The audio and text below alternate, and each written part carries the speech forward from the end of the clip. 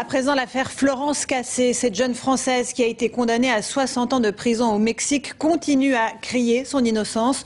Le président mexicain Calderón a refusé, vous vous en rappelez, sa demande de transfèrement en France, malgré l'engagement pris auprès du président Nicolas Sarkozy. Aujourd'hui, Florence Cassé publie un livre.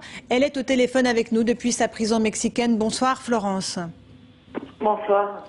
Vous avez pris des risques importants en écrivant ce livre, car bien sûr il a été fait malgré les autorités mexicaines. Est-ce que vous avez le sentiment que c'est un peu votre dernière bouteille à la mer, Florence?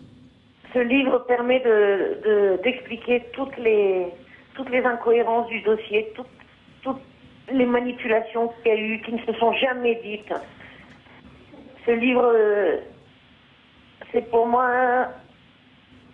Ça a été pour moi l'unique façon de m'exprimer et je peux pas, j'y arrive pas, pardon, je peux pas. Si, vous allez y arriver, il n'y a pas de souci. On va y arriver, Florence. Non, j'y arrive pas. Non, j'y arrive pas, je peux pas, pardon, je peux pas.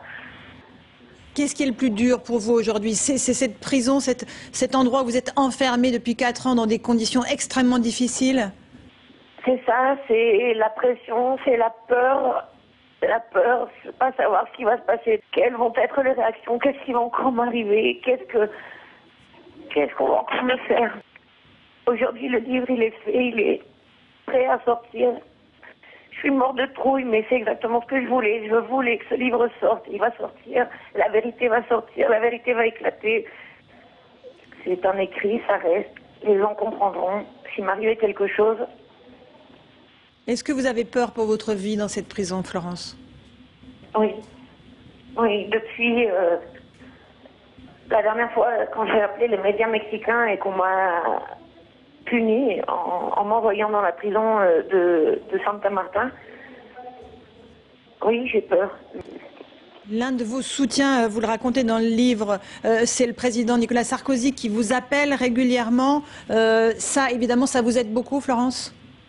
Oui, c'est vital aujourd'hui pour moi. Oui. Qu'est-ce qu'il vous dit, le président français, quand vous l'avez au téléphone? Qu'il ne lâchera pas. Et qu'il ira jusqu'au bout. Oui. Merci beaucoup, Florence. J'espère que ce livre, À l'ombre de ma vie, et votre appel au secours seront finalement entendus. Et bien sûr que vous pourrez rentrer en France. Merci. Voilà un entretien que nous avons enregistré avant ce journal. À l'étranger, il faudra désormais compter avec l'Iran dans la conquête spatiale. Téhéran a lancé aujourd'hui avec succès une fusée dans l'espace. À son bord, il y avait, vous le voyez, de drôles de passagers, souris, tortues, vers de terre. La France a exprimé sa préoccupation après ce lancement qui pourrait servir le programme nucléaire iranien. Les États-Unis parlent, eux, d'un acte de provocation.